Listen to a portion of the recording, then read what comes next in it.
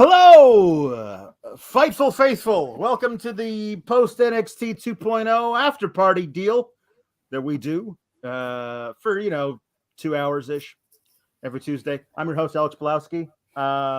With me, as always, is Miss Kate Elizabeth. Kate, why would you have a tag team tournament where the winners of that tournament don't want the tag belts? I just think, sometimes in life, when you think you want something and you get there, you realize that isn't what you actually want. I don't know. This makes no fucking sense. Oh my goodness, Alex, I don't know. No, that's a wonderful life lesson, because sometimes we don't actually know what we want. We think we know, but we don't. When presented with the options at the end, I thought I wanted the cheesecake, but actually, that chocolate lava cake is calling to me from over there. I think I might want to change my order. And sometimes that's what Kaylee Ray did. She got to the dessert course and she wanted to change her order, and more power to her. Actually, it's stupid. It's stupid. Linda thinks it's fine, but I think it's stupid. But even Linda knows that with that wisdom, like there's context and a time and a place, and this isn't it. Yeah. This wasn't it tonight. But guys, even though we're giving a giant thumbs down to the ending of the show, leave a thumbs up on this video. What you get your super chats at and humper chats in at humperchats.com. They work the same as super chats, but we get to keep a little bit more of the pie. And be nice to our mods today, would ya? Goodness. There. Yeah, I did like a mini hosting thing just for you because the ending was so bad. Yeah. I was like, he's not going to remember to tell people to leave a thumbs up because we're like, boo. I was gonna, but you did it better. You did it better than me. Segues are my gift. We stand and deliver. Sit and take a nap. Yep.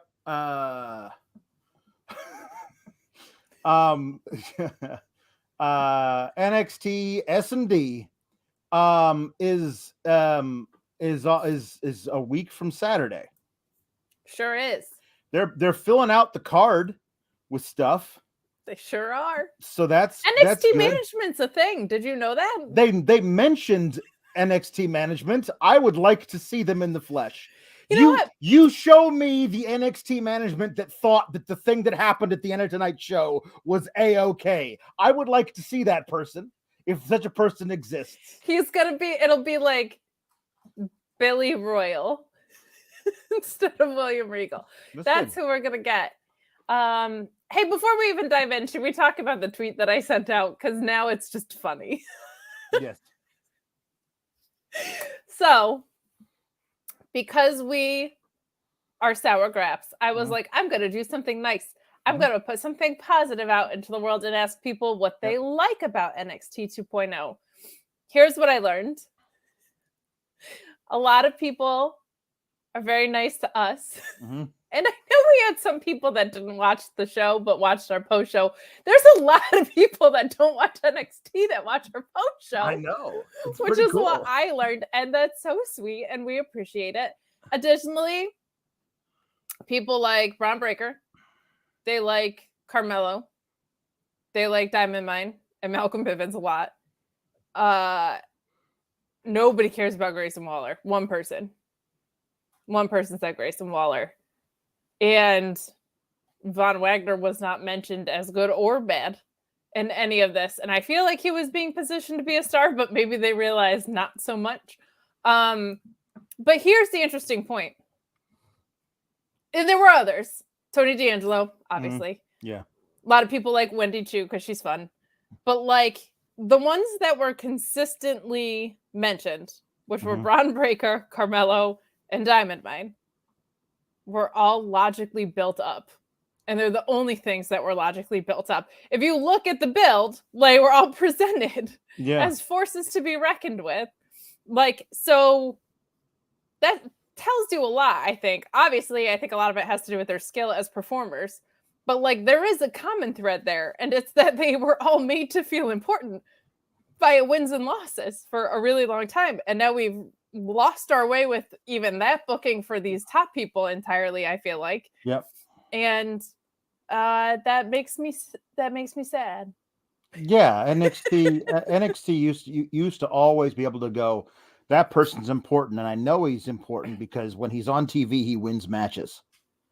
Also, they built a storyline around that guy that is propelling him up the card, as opposed to, hey, this guy does stuff occasionally. Maybe he'll take 2 or 3 losses in a row, but then he'll get a title match. And like, I don't know. That's what happens on Raw and SmackDown. Those shows suck. Don't do that with NXT. But now, it's Rainbow Raw. Is the best you can say about it. It's Rainbow Raw. Take a look. It's in a book. Rainbow Raw. Switch. It should be Raw Rainbow, but either way. Yeah, no, it's fine. Butterflies are in the sky, regardless. Rawing Rainbow. Oh no. Yeah. I'm gonna do more fun tweets like that because you guys are so nice to us, and I like continuing our Kalex friendship with you off air during the week. So plus it's just fun to make Alex have to be positive about something. So yes. I love that we got these right back to back. Michael Osber says Bron Breakker has a superstar narrative. Von Wagner, not so much. Jake Salazar says Bron Breakker controlling his narrative. Von Wagner, not so much. So those were directly back to back, sent at the exact same time. Thanks, guys. Great minds think alike. What can I say? Never differ, as my dad says. But that's right. Hashtag no super kicks with either of them. Hashtag no Canadian destroyers. So I don't know what the problem for good old Vern Wagner is, as you would say. Well, he's getting pushed aside by old. We'll talk about this now, I guess, because it's talking about it. There was a backstage segment with him and Robert Stone and some blonde who I had never seen before. What do you have against blondes? I don't. That's the only. Are you saying we don't belong there? No. I'm just saying she was a blonde woman. I believe. We don't know. I believe Bruce Pritchard would describe her as leggy. And as there was a leggy blonde who walked up and said, "Hey, Robert, we didn't have time to discuss business last week. You have time right now?" And he said, "Yes." And they walked away and left Vern Wagner sitting there by himself. So I guess he's already being like shunted to the side by his manager, who's like, no. Listen, I have incredible experience managing women who don't actually win matches. So this is going to be perfect for me. This is Achilles heel. It's Robert Stone's Achilles heel. That woman does not look like she wins matches. So Robert Stone, who's the manager, his Achilles heel is being a bad manager, basically. Yes. Okay. Yeah. No, but of women, and the reason he's a bad manager is he seems to only hire people who can't win matches. So maybe it's his talent scouting that's really bad, but he's got a soft spot. He's got a type. Let's just say he's got a type. Sure. We can say that. I don't know what he sees in Von Wagner, so I don't understand how his managerial streak is supposed to get any better. But I also don't know what Von Wagner sees in Robert Stone, because I have yet to see him provide any value to anybody, really. So I don't know. They should have him manage somebody who wins matches. That would be what I would do. But then again, I'm built different. But even like this Robert Stone brand thing, like that just feels like Diet Titus O'Neil to me. Like why was he doing karaoke and now he's managing Von Wagner? I'm just so confused. I don't know.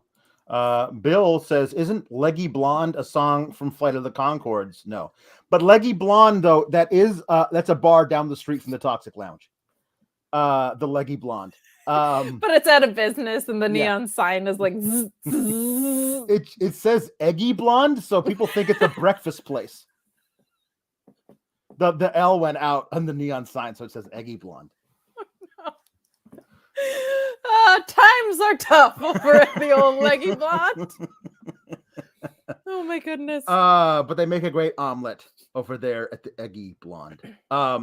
JWR says, hey, Alex and Kate, you two are the best. I want to apologize to Linda for getting her name wrong Wednesday. Can't wait to hear about the show. It's fine. Listen, it's okay. It's okay difficult. with you. It's Linda difficult gets... it's difficult to you know, it's hard to tell us apart. Obviously, Linda and then Sheila, very easy to we're like twins, basically. That's true. And Mark Quill sends Kate's fun tweets are awesome. Thank Wrestling you. Twitter needs more positivity for sure. Those tweets help with that. It's true. Thank you. I appreciate you. Yeah, but wrestling Twitter definitely needs more positivity. Yeah. Wrestling Twitter does. Why is it so hard for people not to be weird? Just don't be weird. JW Pringle, continuing our saga. Who has better bangs, Kate or Paul Elizabeth? Answer, the undefeated Paul Elizabeth. Where do you think Kate got them from? Forget about it. And then Paul Hensler says, Sir Pringle, alas, no bangs for Papa Elizabeth, but thanks for the vote. First of all, JW Pringle and I have heat now, so get out of my family, first of all. Second of all, I got to see my dad this weekend. We had a little family get-together, and it was delightful. Oh, that's good. Jake Salazar also says, will Austin Gunn and MJF's illegitimate son be joining us tonight? No, that's Jarrett Bailey. He's not here. It's me. I like that he has a new gimmick because not Pat McAfee was getting a little old, but yeah. Should we talk about this show? I guess. Yeah. Apparently the people that tune into this also don't watch it. So I guess why not? But we should get it done before the 2-hour mark is up. It just goes no. Speaking of Raw Rainbow, JW Pringle says Rainbow Raw sounds like the gay version of the Teen Club Tingles. Rainbow Raw. I don't know what the Teen Club Tingles are, but that sounds already very not straight. No, remember the Tingles? That was the other teen club from his hometown that was not named Toxic Lounge. Oh my goodness. I'm sorry. There's a lot to keep up with.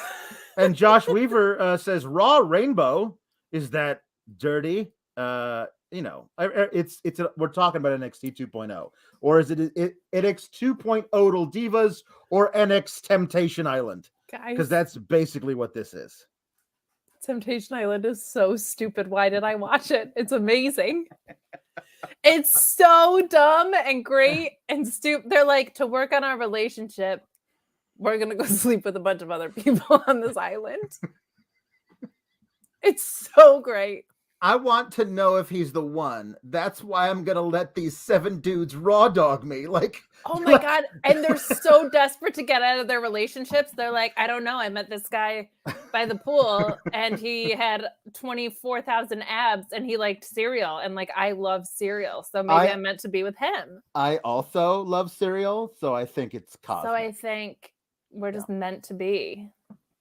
My boyfriend Jeff doesn't like cereal. But you know what? If he did like cereal, Alex. If he did like cereal, he would probably be like, oh, I love my cereal, but I have this issue, and it's not a relationship issue. No.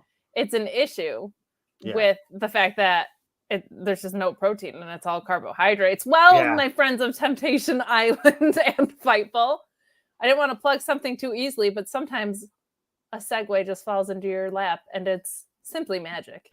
Cameo. What's up, you guys? It's Sean Ross Sapp. I'm not here physically on the show right now, but I still wanted to tell you about how I'm starting my day no matter where I am with delicious Magic Spoon cereal. 0 grams of sugar, 14 grams of protein, only 4 net grams of carbs in each serving, only 140 calories per serving. Keto-friendly, gluten-free, grain-free, soy-free, low-carb. It is the ultimate breakfast food. It's the ultimate snack food, and it's the ultimate food for me to take while I'm traveling. Quick, easy. All the flavors you love. Peanut butter, blueberry, cinnamon, cookies and cream, maple waffle, cocoa, fruity, frosted, all over the place. That cookies and cream and maple waffle are back permanently. And if you go to magicspoon.com/Fightful, grab a custom bundle of cereal, try it today. Use our promo code FIGHTFUL at checkout to save $5 off your order if you don't like it. They are so confident in their product. It comes with a 100% happiness guarantee. They'll refund your money, no questions asked, if you don't like it, but you will. It's perfect before, after workouts, as a snack. And my favorite thing about it is you get filled up with one serving. It's not running back and forth to the cupboard to get more, racking up those carbs, racking up those calories. Magicspoon.com/Fightful. Use that code FIGHTFUL. Kate, I'm so tempted to do, and if you want things falling into your lap like magic, and then doing the next one, but I'm not gonna. That's not who we have tonight anyway. I know. But I mean, I did that, so I ran the wrong ad on our AEW post show. But yeah, let's talk about the show or whatever. I guess. Yeah. The show, not Temptation Island, NXT tonight.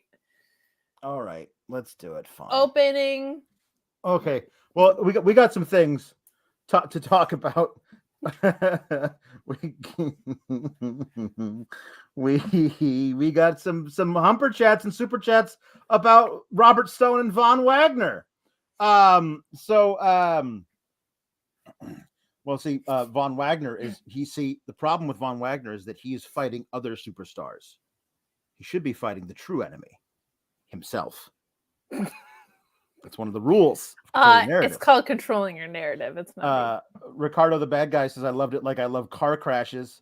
That's yes. Well, all of NXT could be that. If you like it, that's why you like it. There could be another reason. Mark Losper says, "Robert Stone, my type is losers." True.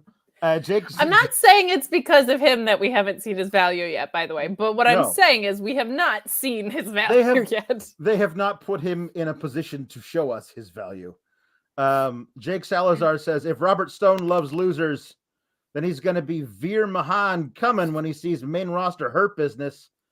That's not fair. That's not fair. I mean, it is, but it's not. It's not nice. It's not their fault they're booked so poorly. Yeah. Okay, so we got our opening bout was one of those qualifiers for the old ladder match there at Stand and Deliver. It was Roddy Strong versus Solo Sikoa, Blonde Uso. Figured this was going to go this way. But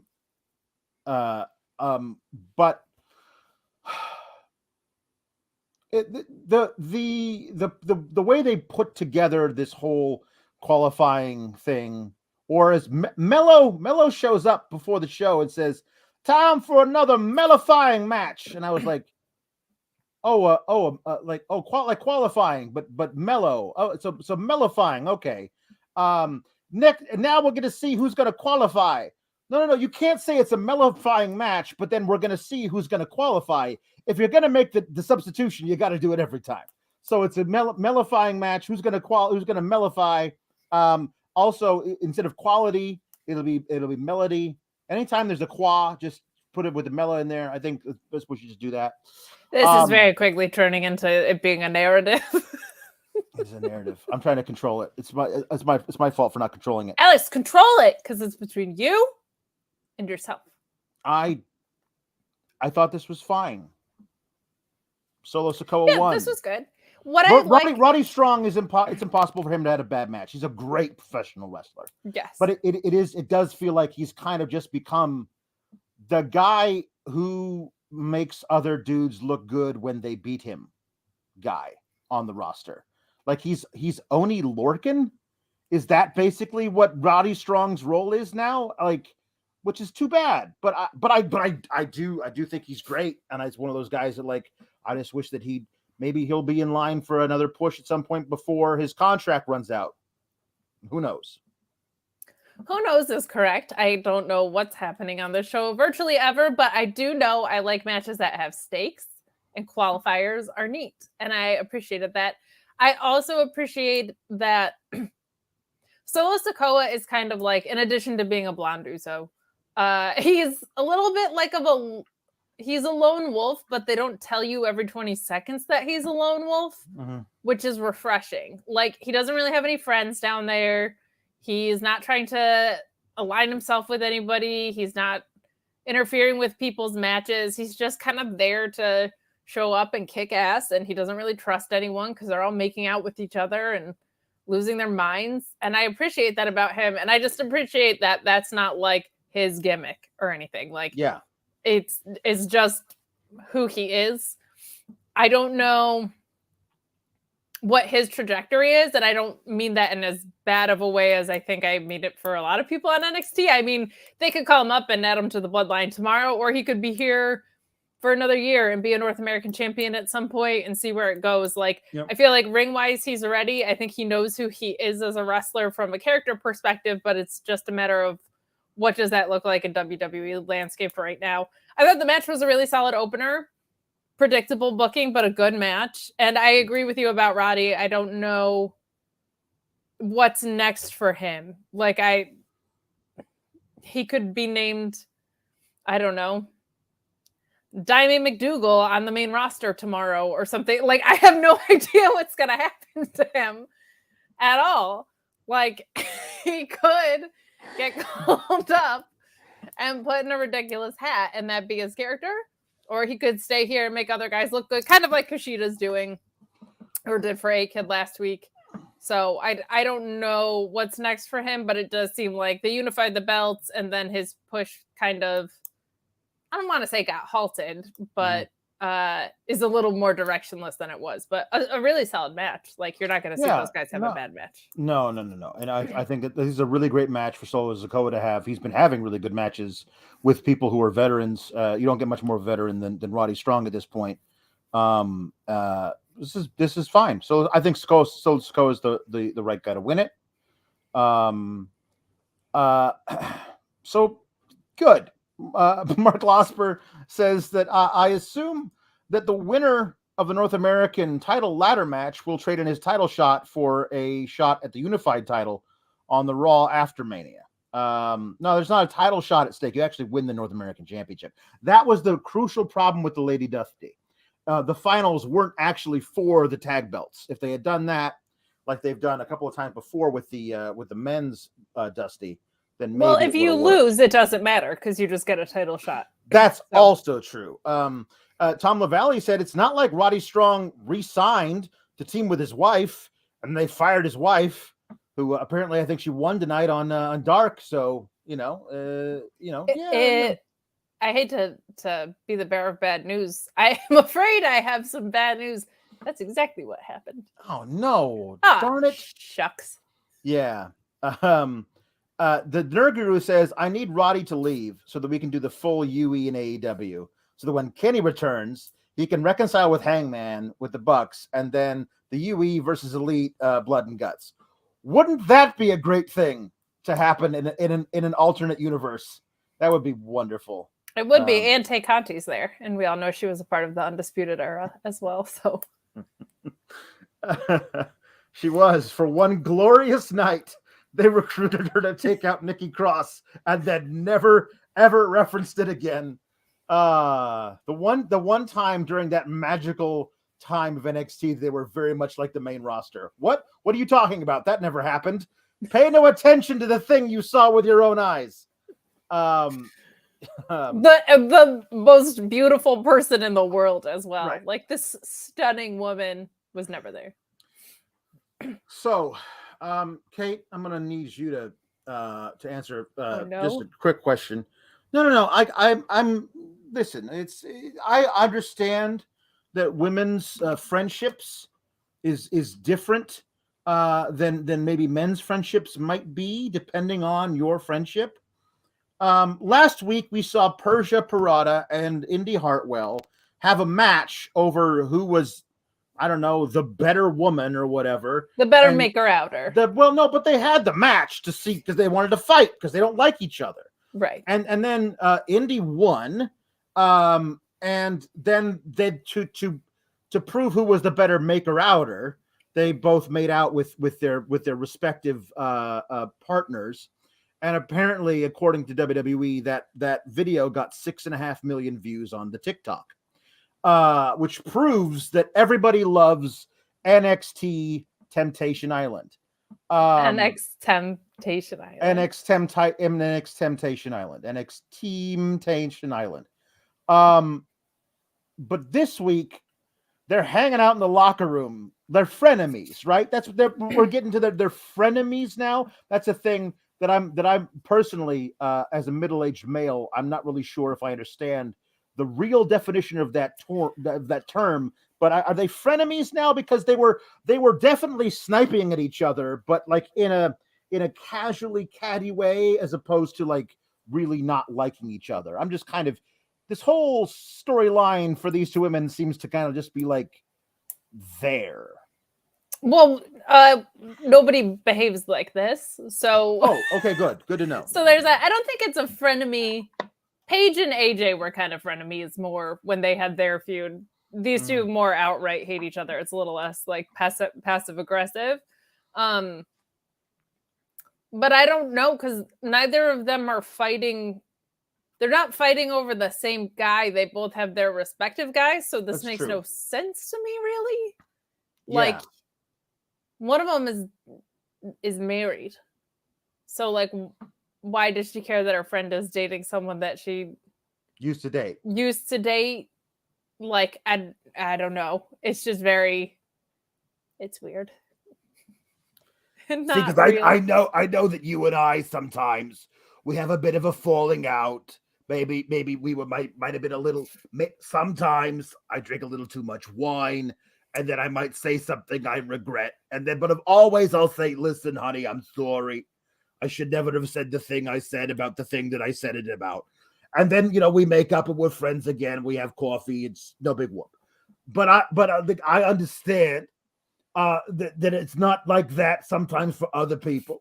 But anyway, they're talking about who's got the hotter boyfriend, or I guess in one case, husband. But Dexter has a match with the Tony D'Angelo, of course, who I love very much. He's a very nice boy. Love the Tony D'Angelo. Oh, I love him like a son, of course. Not in the way you're doing. We're not going to. I don't know. I know you pinch his cheeks. I don't know what cheeks you're pinching. Let's not start. All right. Now we're on good terms here. I'm liable to shut off this whole FaceTime dealy right here and just go away because I don't want to do this anymore. I mean, we know you're searching for husband number 9. That's all I'm saying. Listen, I am old enough to be his great grandmother. All right. Are you? Yes. Well, don't know. Today I am, I suppose. Okay. I'm done. Dexter and Tony D have a match. We broke Alex or we broke Linda. I don't know which one we broke. I don't know. It's such a weird deal. I love Tony D'Angelo. I'm glad he's having matches now again. He was off TV for too long from my long. And he should always be on my TV. I like his matches. I like the way I like his style in the ring. Like he's like half brawler, half grappler. Like he just chucks dudes around when he gets a hold of them, but otherwise he just likes to kick him in the gut, and pound him over the back. Like that's fun. He's a fun guy to watch be a heel, because he's also always working the crowd and just the camera and everything. He's doing some really good stuff. But both Indy is out there rooting for Dex, and she has invited Persia and Duke Hudson to come out and watch as well. Earlier in that before segment, Persia said that how it's Index is their little couple name for Indy and Dexter. Well, they're called Duja, and Duja sounds like a very fancy European feminine hygiene product. Do you want to try the Duja? It would really, it would make you so fragrant. Like, no, I don't want to try the Duja. Thank you very much. It's a designer. Yeah. ladies hygiene product. Well, the thing well, is, I said that like they've never ever named anything in this company without Googling it first. So I'm sure it wasn't because if you put their names together, Persia and Duke, you have no choice but to go by Duja, because the other way would be Puke. So you can't do that. Yeah, and then you not only is it a bad name, but you run into trademark issues with Puke, the technical wizard wrestler that we all knew. So so they're all out there watching. And at one point, Duke opens the buttons on his shirt, and Vic Joseph says, "What is Duke Hudson doing?" And Wade Barrett goes, "I don't know, but I don't have any objections." And I just love that Wade Barrett in canon is gay for Duke Hudson. I don't know why, but he totally is. Why not? Like, not that there's anything wrong with that, but I mean, it's. He's also been straight in canon before, so we have questions. I think that's fair. Yeah. But he distracts Dexter long enough for Tony D'Angelo to go over and try and get his little crowbar. But Indy grabs it, so he can't have it. And then Persia grabs it from Indy, and then Tony grabs it from Persia, who resists it being pulled into the ring and lets go right as Dexter walks up from behind. So he clocks Dexter with the crowbar, and somehow the ref ducks so he doesn't get hit, but also doesn't see the crowbar hitting Dexter. But why did you duck if you didn't know he had a crowbar? I actually thought that was well done, because it looked like he was just trying to. The way he turned around, it looked like his arm was just coming at the ref's head. And I was like, no, that's actually, I thought that was actually good, because you would naturally duck out of the way if someone's swinging back fist was coming at you. So just because he didn't see the crowbar, it's like you would still naturally move. So I actually kind of liked that spot. There was a horribly missed leg drop. Yes. You caught that, but Tony D was selling too much. He didn't realize he had to lay flat for that long. Yeah. He was rolling around going, "Oh, ouch. Oh, whoops, I should have been laying flat." Those kind of botches I find very fun, sincerely, because it was shit happens sometimes. Who cares? This is that one spot that you do, Dex, where you kip up and then immediately jump into a leg drop. And I didn't know you were doing that, and I'm sorry. I'm kind of new. Sorry. But afterwards, Indy's pissed at Persia, and then Tony D'Angelo cuts a promo about how he's gonna hey, Tommaso Ciampa, you thought I was coming over here, I was gonna be respectful, but you don't know what he.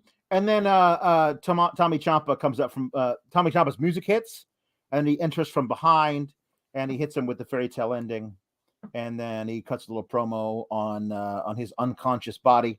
This is a match I'm really looking forward to. We know this is probably Tommy Ciampa's last match on the brand, so Tony D is going to go over. This is the kind of thing where oh, so a young guy that I like is getting the rub by sending a guy out of NXT. That's nice, as opposed to all Von the time Wagner, Kyle O'Reilly, Steel Cage. All the times Vaughn and Grayson did that shit. I'm much more happy that it's Tony D this time. So, as you know, partner, I love Eddie Kingston. And part of why I love Eddie Kingston is his ability to say so much with so little or no words. Champa did that exactly here. He said, I don't know what my fairy tale ending is, but I'm going to find out at Stand and Deliver or something. Just a perfect sentence. Just a wonderful way to let the audience fill in the gaps and just say his thing, do his move, and get out of there. So I really liked this. I'm looking forward to that match as well. Tony D's finisher is ridiculous. I love it. And I agree with you. He has his amateur background, but he's also just a brute. So it's a fun hybrid that is really rare and that you don't see in wrestling that much. And it just makes me laugh because we were also just, and he's really, really good at this. Yeah.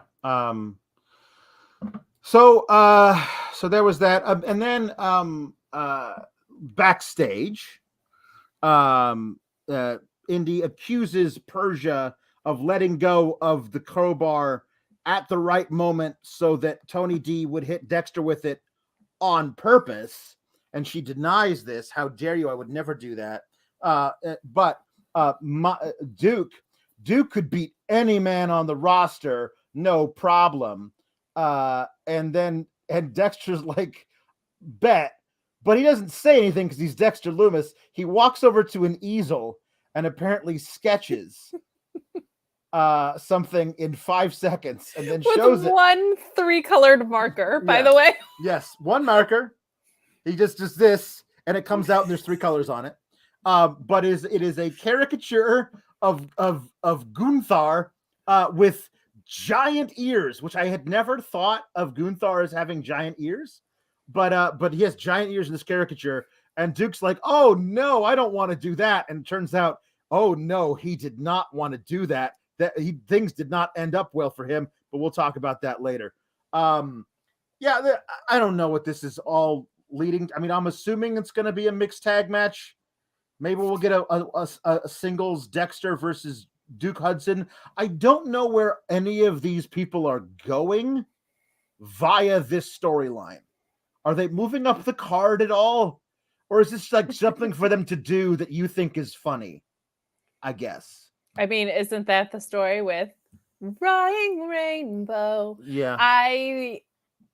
Well, for the segment, I kind of love that he whipped up that sketch in 5 seconds. I thought that was very funny. And I also love Duke Hudson going, how did you do that so fast?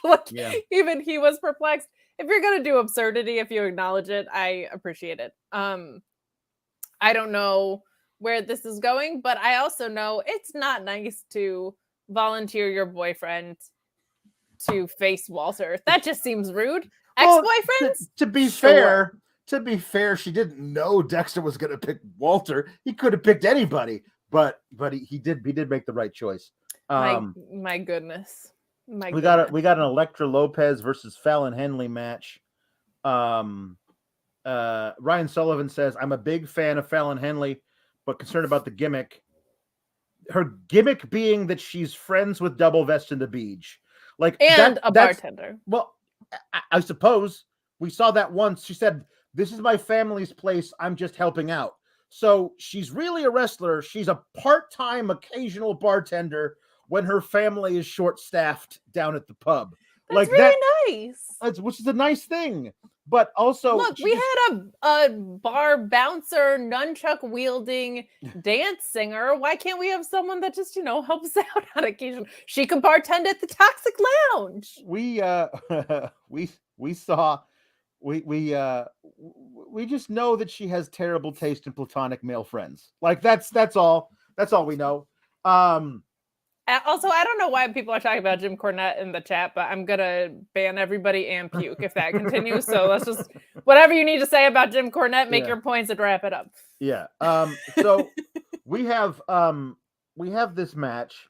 Legado is out there with her. Carmen Electra looks like Carmen Sandiego when she comes out, by the way. Electra Lopez, yeah. I'm sorry, Electra. Yes. Yeah. Carmen Electra Lopez. Carmen Electra Lopez. Nailed it.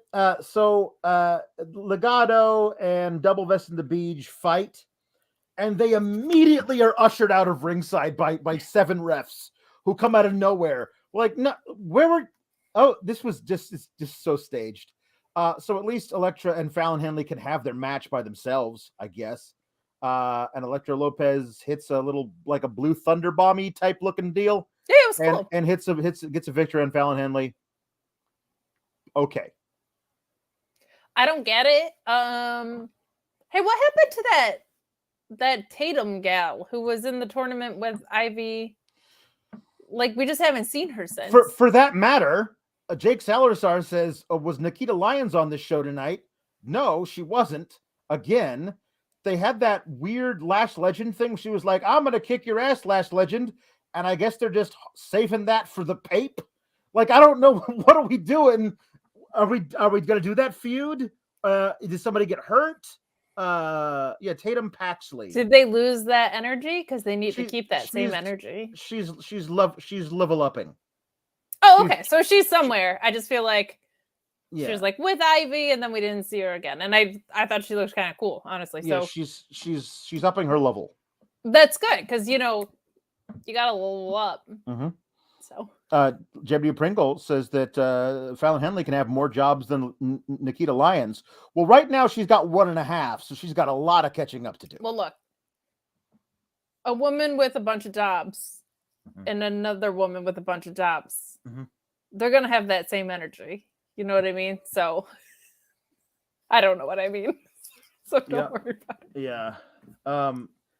In this rundown from Luis Polito, he has mentioned a Zion Quinn and Draco Anthony segment, which neither of us remember. I may have ordered Chipotle and it arrived at that time. And I was putting my daughter to bed, so I have no idea what this. I'm going to try and scan through some other notes and see if I can figure this out. Yeah, we're so terrible at this. Draco Make Anthony, up things that happened in that segment. Here we go. This is me making up, pretending that I know what happened. Okay. So Draco Anthony was in the I'm going to tell you about it as Linda. Here we go. So Draco Anthony was in the locker room, and Zion Quinn walks up, but Draco's phone rings, but he keeps ignoring it. Now Zion Quinn says, "Is that Joe Gacy? Is Joe Gacy bothering you on the phone? You should really change your number." But it is Joe Gacy who's calling him. So Draco shows Quinn a video message left by Joe Gacy. Now Gacy says on the video message, he says that Draco, you don't have to live your life all alone. You should open your mind and let me help you, says Joe Gacy, because together we can make your life so much better. And then Draco throws his phone against his locker. I guess he was ready to get a new plan so he can get a new phone for free, I suppose. And then Zion Quinn says, "You know what to do, don't you? You got to handle your business like a man." And then Zion Quinn says that he's got Draco's back if he needs it, but you got to handle it straight. And then Zion Quinn walks away because he's a real man who says you should get into a fight, and if you do, I might be there to also help you in the fight. And that was this segment. That's what really happened in the segment, because I saw the very end of this where he threw his phone like that basketball player did to that fan. Is the Undertaker going to manage him? Because he's a man's man. So I just have questions. I don't know. Joe Gacy getting in people's heads for a segment I didn't see most of. I'll take it. Yeah. So Wriggler and Zood come out, and Zood gets to do his full entrance, his glorious entrance with that's awesome. They got to give. He won't give in. He won't give in. He won't give in until he's victorious. There it is. At which time is appropriate to give in. Yes. Which seems weird. I am just needling you a lot today, and it's really fun. I'm so sorry. It's the little sister in me that's just gonna interrupt you and say things like that. No, it's good. I don't know why once you've secured a victory you would give in. Well, because you're victorious. It seems to me that you should use that to propel you forward. You know what it is? I won. Now I give up and I surrender. Is a kind of a weird thing to do. Let's not do any more of lyric analysis of this whole Bobby Roode song. Well, it just feels like you're done. Like you've controlled your narrative. There's no need to do anything else. Yeah. Anywho, this match was so good. This match was very good. It's one of those deals where Robert Roode on Raw is like a 71 tops.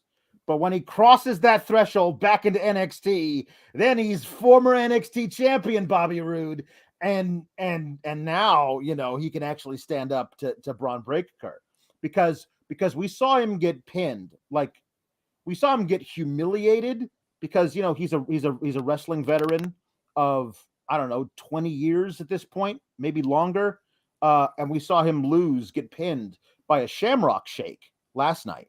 So it doesn't make a lot of sense to me that he could put up a good fight against Bron Breakker. Who would forgot we called Dominic Shamrock Shake.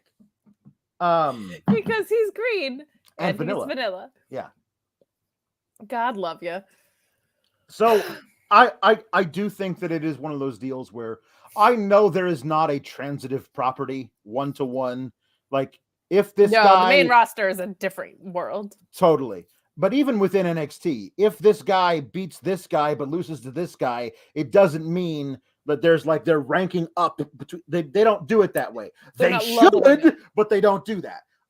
They're not leveling up. It does hurt me significantly in my soul to watch a Shamrock Shake pin Robert Roode so easily last night, and then Bron Breakker struggle with him so mightily tonight.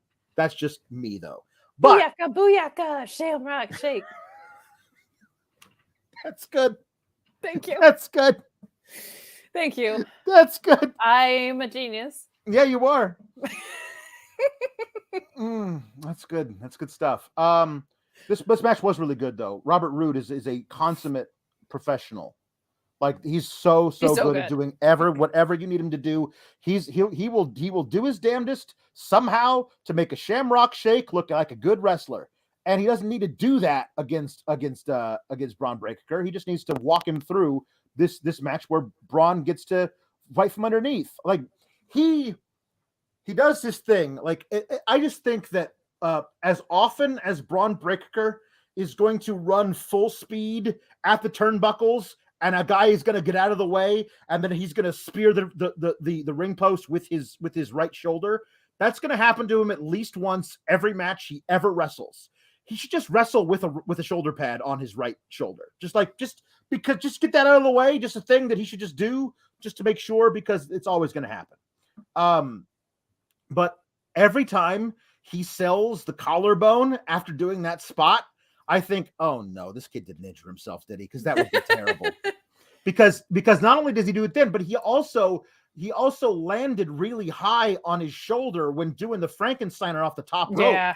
And then he started selling it harder. And I was like, oh no, did he really tweak it? Because he wasn't lifting his arm.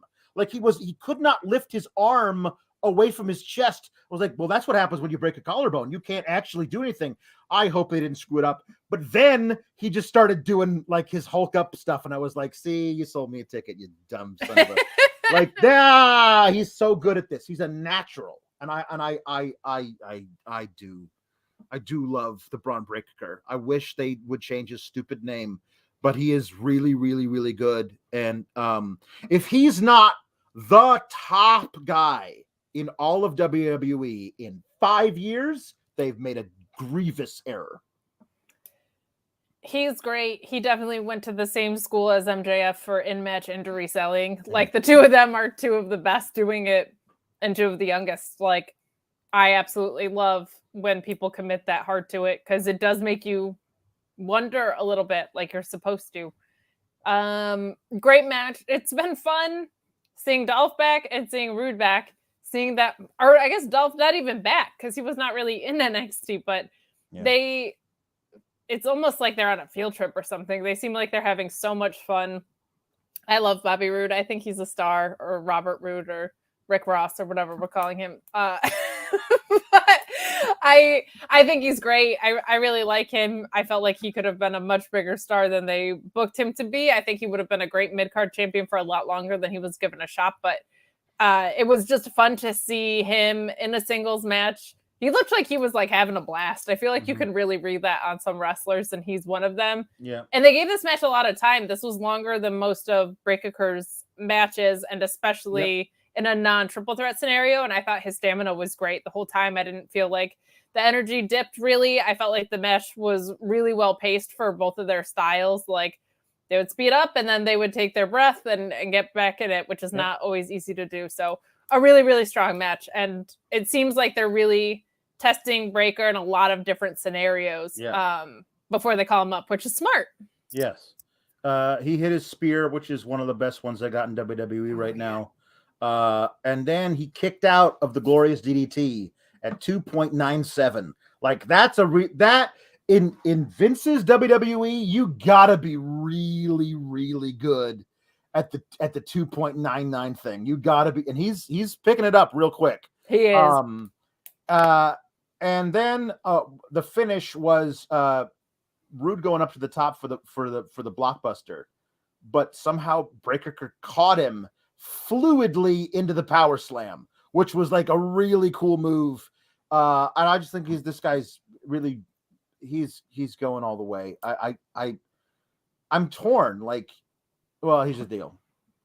I have no confidence that they're actually going to make him into the top guy in the company in 5 years, or even like a top guy in the company. So like, because they mess everything up. So do I want him on Raw or SmackDown like right after Mania? I don't know. Like, there's so much room for error. Like, they just are so terrible at this. But like, you know, is he going to win the title back from old Wriggler at Stand and Deliver? Probably. But if he doesn't, that means they're calling him up on Monday or Friday of the following week. And that's not bad either, I suppose, until they screw him up. I think they put him in this situation until Cody actually signed, because I think now Cody is going to be your champion at SummerSlam, and he'll probably drop to Bron like at Rumble, but they might wait to call Bron up. Cody? I think they're going to pull the trigger, and then I think they're going to screw it up. Intercontinental champion, yes? No, I think he's going to dethrone Roman, and they're going to ruin everything. No, they they're don't not. care. No, Who's they're gonna? not. So what? We're gonna wait around for The Rock? Yes, we're gonna wait around for The Rock For a feud that doesn't need the title? Oh yeah, absolutely. No, but they think it does. They think it does, and I think in 6 weeks Cody will be firmly in the mid card, and nobody was going to care about him. I really do. I do not think I don't think they have any idea how to use him, just like they had no idea how to use him before.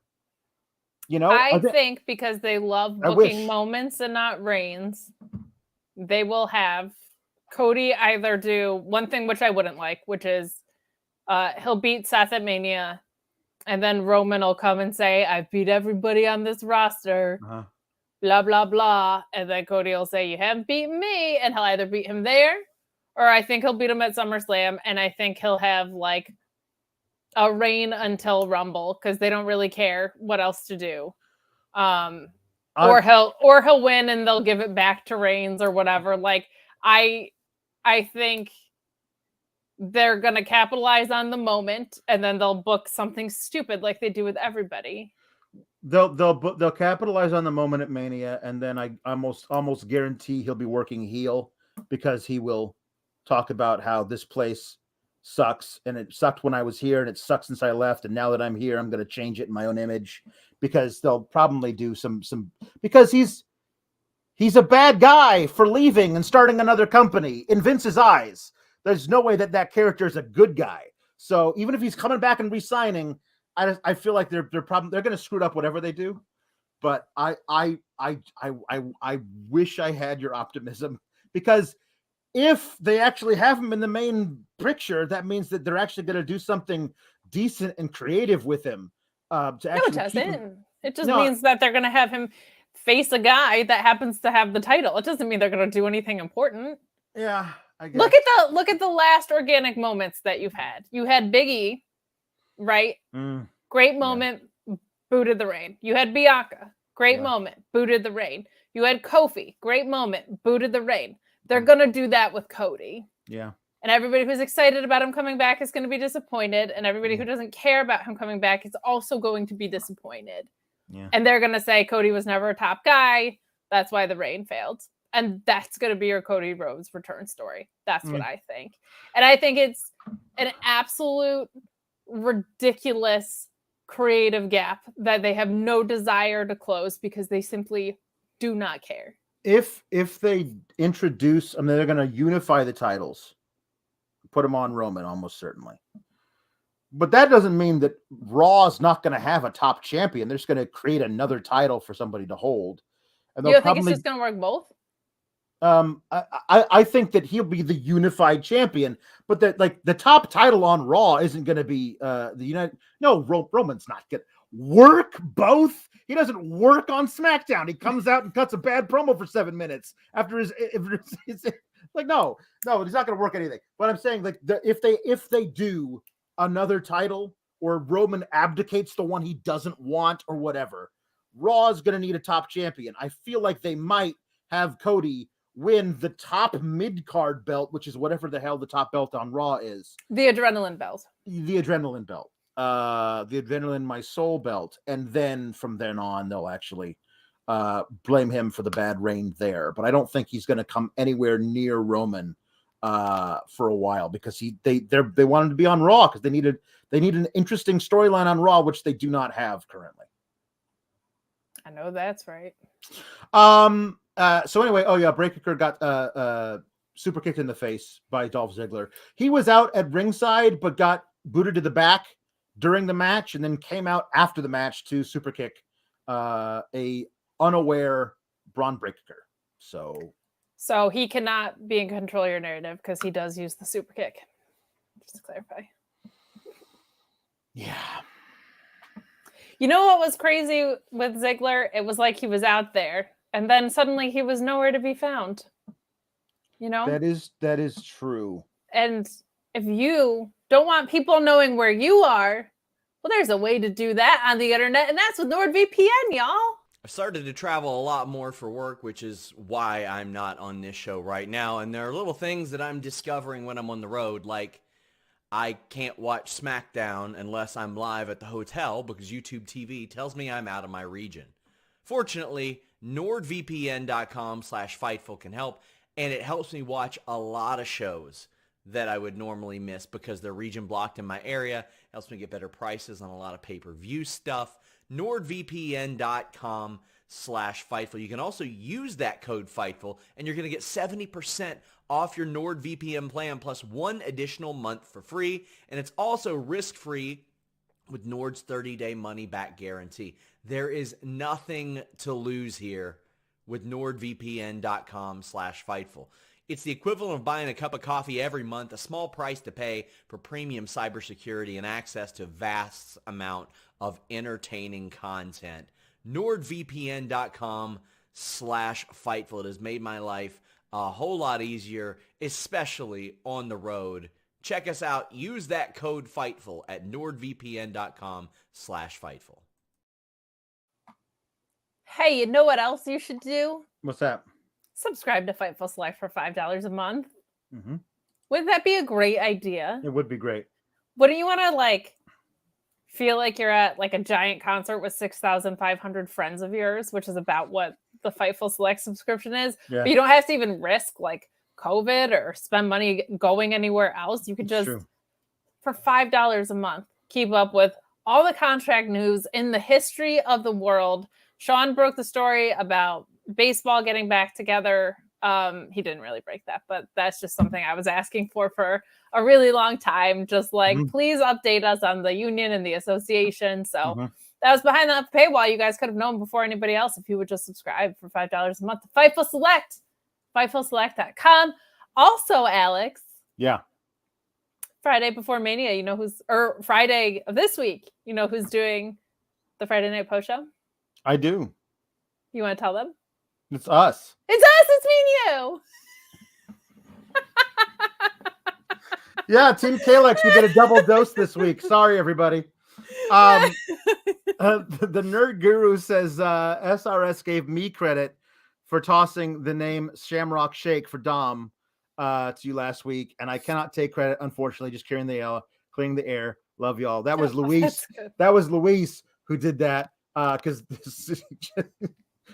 both Sean and Denise popped hard for the idea of a Shamrock Shake. That was Doc Mueller who came up with that, of course. And he is a vicious man and will get very angry about you gotta give him his props. Mark Losper says of Nikita Lyons, to be fair, if I had a feud with Lash Legend, I wouldn't show up either. It's also true. It could be hazardous to your. Anyway, so there's a Chase U segment where Bodie is going to give his oral report on fortitude. And while he's doing it, some guy raises his hand. He's like, "What are you doing? You're interrupting my report. I was getting in my flow talking to Mr. Chase about how much he means to me." And he starts cussing at him. And then Andre Chase says, Bodie, calm down. Who taught you to have such a vicious outburst? And basically, Bodie does, like, they screwed it up. So all he's got to do is say to Andre Chase the immortal words of, "You all right? I learned it by watching you." And then Andre Chase would have said, "Oh, what a wonderful moment. Thank you. I'm so glad I could teach you." But it was like, "Well, to be honest, Mr. Chase, I kind of learned it because I watched you do it as well." Like, no, if you're gonna do the old like anti-drugs commercial, you gotta actually full on do it. No, they didn't. What is your favorite anti-drug PSA? Do you remember? Oh, that one because the guy, the actor they hired to play the dad with his weird, like, balding hairline and big, like, weird fro and his Groucho Marx mustache. And he's like, he shows the kid like a box of like heroin. And it's like, who taught you to do this stuff? And the kid's like, "You, Dad. You all right? I learned it by watching you." And I watched you. Shut up. The look on Mr. Cotter's face when he realized that he taught his son to do really, really hard drugs is just hilarious, and it'll always be hilarious. It's gotta be Eggs in a Pan, Brain on Drugs is pretty good. That is really good. Remember the Flat Girl? Yes. That really, I think is my favorite. Yeah. I think Flat Girl was my favorite. They're amazing. There's compilations on YouTube. I've watched every single one, and they make me want to do drugs. I don't do drugs. Yeah. But they make me want to, because it looks really, they just make it look really fun for the most part. Like, most of them are like, "You will be relaxed and enjoy yourself. Look how fun your surroundings become." Yeah. They think that's where Vince McMahon learned about what weed does to you. It all makes sense now. There you go. The shaman was that dad. Josh Weaver says that Chase University is toxic masculinity university. Totally is. They were getting close to something I liked. Like, when it became a parody of itself a little bit, I was like, is this heading in a direction where they're going to make fun of themselves? But they didn't go far enough. No. Mark Losper asks, who are these Chase U Center segments for? I don't know. Not for me. And so now I'll tell you what this isn't for me. This is not for me. Grayson Waller versus A-Kid for a spot in the ladder match. You brought in A-Kid, who's very, very good. He's a prodigy. And you had him beat Kushida last week in his debut match. And then you had him wrestle Grayson Waller tonight. You had him scout Grayson Waller's terrible finishing maneuver where he has to get out of the ring and roll into a jumping cutter or stunner. And you had him like catch him in a submission maneuver, which was really great that he had it scouted. But then he just friggin' did it again. And Kid A, that's a Radiohead album. That's a great album. It is. A-Kid didn't have it scouted this time and got hit with it and lost, like, clean, unless I'm misremembering something. Did Sanga get involved and I didn't see it? Like, he beat Kushida clean last week. Good enough to beat Kushida, but not good enough to beat Grayson Waller is not a thing anyone should ever be on television. So I hated why would you do what you did with A-Kid last week, but then do that this week? And I get it, because after he lost to Grayson Waller, Mello comes up and says, here's what we're going to do. All the guys who lost the qualifying matches, which is Cameron Grimes and Roddy Strong and A-Kid, they're all going to have a match next week, a second chance match, and the winner of that match gets into the ladder match. So the only reason you do what you did with A-Kid this week is because you're going to have him win next week, which I'm kind of worried about what that's going to do to Cameron Grimes' psyche if that's what happens. But anyway, what did you think about all this?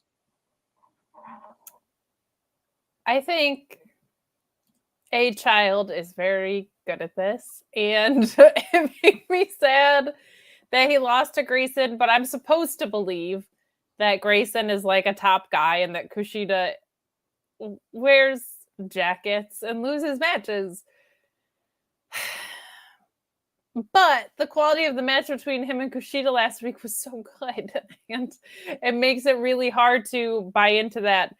Also, yeah, the having a move scouted the first time but not the second is really dumb. I'm not surprised the booking went this way. I just don't know why you have this match if you're trying to build both of these guys. Like, they should just face other people. We don't know enough about A-Kid yet for him to be able to take a loss and me feel like he's still important, I feel like. So I just would have rather had A-Kid face someone a little jobbier and win. But the match itself was all right. Waller just feels very one-note to me the way he's presented. Yeah. And I'm like, Senga is not very good. So like, even him adding someone into the mix is not helpful. And the character just feels weird and just so inauthentic, but also so typical. Like, it just doesn't connect. So I haven't seen anything in Waller that makes me feel like he's a top star yet. Mark Quill says Grayson Waller is no Dick Grayson or Stu Grayson for that matter. Mark Losper says Grayson rolling into the ring is neat for his finisher until you consider for 2 seconds that it does literally nothing to improve his finisher. Yeah, the finisher needs to just change. I never thought I'd be like, oh, I missed the roll up, but just roll the guy up. A guy who can hit the stunner from literally anywhere, like a springboard or off the top rope in some way, or rolling into the ring. That's interesting. If you can hit your finisher via any way, you like. Why don't just hit him with a stunner? Like, there's nothing that you do that makes it more impactful when you roll into the ring like that, and it's the only way you can do everything. But listen, the other thing I have to say about this, listen, I was right. It was a terrible idea to have a kid come out and wrestle, because look what happened. He got beat up, and that seems very. You know what they should do? They should arrest that Grayson Waller for child abuse, because you should not hit a child. You shouldn't, believe me. I have wanted to on several occasions. Some of my nieces and nephews have a very smart mouth. Have a very smart mouth. But I always refrain. You should never hit a child. But that Grayson Waller, not only did he hit a child, he ran into the ring. He jumped in a little flippy do, a little somersault, and then hit him with a stunner. That, I feel like, is at least child endangerment in at least 42 states. And we know, maybe he's in bed with the cops because of the whole restraining order situation. Yeah, you never know. I think there's some corruption at the NXT 2.0. There's cops around, never in the parking lot. Yeah. We got a little so you're pretty good, A-Kid, says Mello, but you'll never be a champ. And then A-Kid hits him and runs away. So I feel like they established this little rivalry between A-Kid and Carmelo because A-Kid's going to win next week, I think. Bron Wagner says, sadly, feels as though Waller might win the title. Mark Losper says, Grayson is Fetch, Vince is Gretchen. And I don't know. I kind of feel like Austin Theory is Gretchen, Gretchen Wieners, and Vince is Regina. That feels like. Yeah, and Trick Williams says, I'm a hit on A Mama. He got kicked. Yeah, he's the one who got kicked in the head. Yeah, there you go. That's what happened. I'm gonna hit on A Mama. Yeah, like a kid. I'm gonna hit on your mama, but he says A Mama. A Mama. That make you move, Mama. Was that a song? 20 years ago, right? I'm so much more entertained by that than what he said. The Nerd Guru says, tell me Grayson Waller won't be Madcap's stooge one day. I mean, that might be a higher ceiling than what he actually has. I'm not sure. Mark Losper says, guys, you know that DDP's Diamond Cutter was the most dangerous finisher because it had an elaborate 40-minute setup to land. It's like the handspring into the cutter situation. Like, it's Yeah. it's unnecessary. It's Tiffany Stratton doing those like handsprings into a glorified rear view. Like, they're just, some stuff is too flashy for it to make sense. It's like distracting. Joss Weaver says, never hit a kid. It should be a top-selling shirt at the merch stand. And JB I have Pringle, never looked at the merch for 2.0. I should do that because criticism. I'm sure it's great. JW Pringle says, whose blue chew do I have to take to get Team Kalex merch? Maybe a Linder and Sheeler t-shirt, maybe? As much as Sean hates this bit, I don't think we're ever getting a Linda merch. I might have to like get my own store on PWTs. Yep, what a maneuver. Here we come. What a maneuver. That's right. That's where we're going to go because PWTs is bad for you. It's bad for you and your credit card. Yes, it's bad. It's bad for your credit. Cameron Grimes cut another promo about how he's got to win the NXT championship. The last thing I ever said to my dad is I'm going to NXT stuff. They're setting him up. Why does Cameron Grimes try to make me cry all the time? I'm sorry to interrupt, but his hair. Yeah. He was talking about what his hair meant to him, and they made him cut it, and now he's gonna lose, and he's gonna just have guilt about his dead dad. Oh my God, Cameron Grimes. I wonder if this is gonna make him snap and he's gonna turn back a heel again. You know. I don't know. Like, I mean, it does feel like A-Kid's getting the victory next week. I think so, yeah. I don't think Cameron Grimes is taking the pin, and this kind of promo is pointed like he really, really needs this. Yeah. And when a wrestler doesn't get something that they have said pointedly that they really, really need, usually that causes them to lose it a little bit. So we'll see what happens there. Braun Wagner says, too bad Tony isn't in the ladder match. That title will be perfect for him. I think he will be North American champion one day. And again, I have said this over and over again. He needs to be the Italian American champion. And he will only refer to it as such. And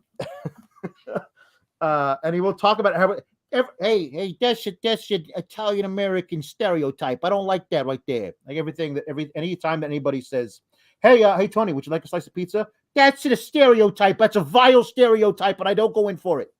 I think that'd be funny. We got the Creeds versus GYV, which is good. It's always going to be good. The Creeds are always improving, and GYV are basically the team that they're the tag team version of Roddy Strong. You know they're always going to be great. They're never going to win that match though, and it kind of feels bad that that's what they are at this point. But I did love the way that they mapped out the finish. I gotta tell you, man, I'm always gonna mark out for that ridiculous friggin' unnecessary clothesline, no matter which one of the Creeds does it. The unnecessary clothesline is a thing that I love. It's real fun. So yeah, what do you think of the match before we talk about the post thingy deal? I thought the match was really good. I, as someone who threatens to lariat people for no reason at all, am also a fan of overly intense, unnecessary clotheslines. Mm-hmm. I thought the match was great. GYV is so good. It is so hard to know where guys like him, and now rest in peace, Pete Dunne, like kind of where they fall and what the plan is for them.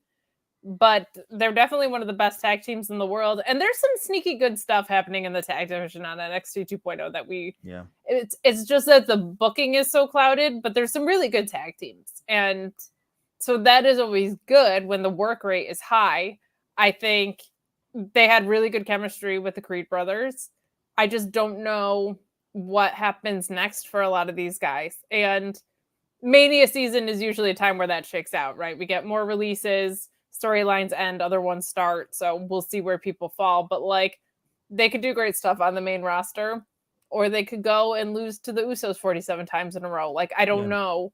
So, but I thought the match was really strong. I am very confused about the post-match. I just don't get it. Yeah. So, mostly the timing. Yeah. So the again, the we'll talk more about this. Both Dusty Tag tournaments have basically been rendered null and void. So the Creeds, they get they're going to get their title match at the same time as the guys that they beat for the tag title shot. But they also got attacked a couple of weeks ago, and they're still trying to figure out who it was that attacked them. GYV again denied it this week. But there's a video that comes up where it's like the SmackDown hacker, because somebody's spray painting something. Like, what are they spray painting? Creed, I don't know what they spray painted something on their NWO for life. Yeah, basically. Creed sucks, and they spelled it SUX. I don't know what they did, but one of them is in the background spray painting stuff on a destroyed Diamond Mine dojo, and the other guy's in the foreground texting something, and what he's texting is appearing on the screen. But that's a thing they do in movies now, but that's not actually how that works. So I don't know who produced this. It's supposed to be a live shot, but it can't be. So it's weird, but he's like, they spray painted "Don't cry." Thank you, people in the chat. Don't cry. That's right. Don't cry. Which I guess they learned at Chase University. People are telling me that it's going to be what the hell did they call him? Pretty Deadly from NXT. Yeah, that's who it's going to be, and that's okay. That's fine, I guess. You're going to debut him in that thing, but now and against the Creeds, who felt like they were having a pretty good rise toward being the champs, but the way that WWE works things out is that, well, they can't be, because they're locked in a feud with the guys that attacked them. For what reason, I don't know, because it's not like they got anything out of it, just because they wanted to be assholes, I guess. But now they're going to pull the Creeds' attention away from this triple threat tag match, where they deserve a one-on-one tag title match, because that's what they won by winning that tournament. But they're probably going to interfere and cost them that tag title match at Stand and Deliver, and then the Creeds are going to drop back down the tag title picture so they can have a non-title feud with Pretty Deadly, who's probably going to win that feud, because why would you debut them to have them lose their first feud? All of this is just needlessly convoluted, and I don't know this is the best way to debut a team called Pretty Deadly as guys in hoodies who are spray painting stuff on the wall. It looks like low rent Retribution, which was already the lowest rent thing that WWE has ever done. I mean, they've done a lot of really low rent shit, so that is a bold statement, but I also can't argue it. So, it's just mostly the timing. I don't get it unless they're going to make it a 4-pack at Stand and Deliver, but the Creed brothers deserve a one-on-one shot, and that's, like you said, is already convoluted. So now they're going to have a 25% chance? That makes no sense. If you don't want the Creed brothers to win the tag titles, why not just have them lose the tag picture, or lose the tag titles and Stand and Deliver, and then have them turn around to do this? Because that would actually feel kind of important. Yeah. There's a lot of hacker gimmicks happening. For people that are confused in the chat, it's not Retribution or the Forgotten Sons or anything like that. Pretty Deadly is a tag team on the NXT UK brand. I don't know a ton about them. They were not who jumped into my mind first, even though they should have been. Mark Rothberg says the only good payoff is if this hacker is Ali, and it's not. It's definitely not. It's definitely not. It's super, super not. Super duper not. Yeah. So it's mostly the timing. Yeah. I don't know where it's going, but you're right in that it feels like the Creed brothers were trending up. And it also just feels like I felt like Diamond Mine had a lot going for it. Like we talked at the top of the episode, it's like it was building in a certain direction. And then it's like, okay, Ivy's not near the title picture. Now this tag team is kind of like in peril, and Roddy is just there after losing the championship. So there's not like a lot of juice behind the stable if you keep cutting their booking legs out from under them. That doesn't really work. Yeah. Mark Quill says, given the post-match graffiti, looks like I wasn't the only one who watched The Batman recently. Now we talked about The Batman. I do think it's funny that they've named, you got the nails there. Batman nails. I do think it's funny that they've named the Batman after what Linda would call the original Batman. Like just have you seen The Batman? The Batman, with Michael Keaton. The Batman with Jack Nicholson. I love The Batman. Also, I watched the Iron Man, and then I watched the Spider-Man, and then I watched the Captain America, because that's how she would call all of them. That the Joker is not very funny. He's not. He's more mean than anything else. I thought I was going to see him at the Caroline's Comedy Club, but it does not seem like he's that kind of jokester. Nope. Oh boy. Suck it, Sean. We're never letting it go. Thank you for paying me. I love my job. Yeah. So Luis says it's going to be Double Vest and the Beach. Who's going to do this? I don't know. Maybe. I doubt it. This is pretty Deadly's little gimmick. I thought that when they said here's a drawing that Dexter Lumis did in 5 seconds, they were pitching that match for next week, but no, they just did it this week, right now, tonight, and it was good. It wasn't good for Duke Hudson. I was gonna say, it depends who you ask. It was very bad for Duke Hudson. Mark Losper said it's so annoying that the best thing on this show is named after a Juman U-boat captain.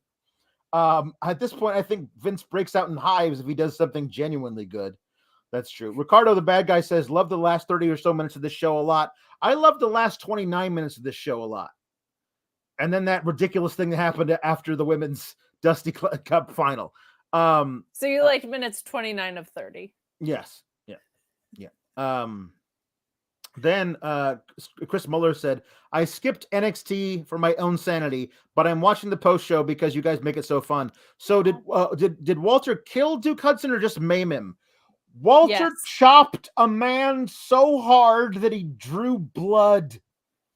His chest was straight up bleeding. He chopped him so hard the sound could be heard from space.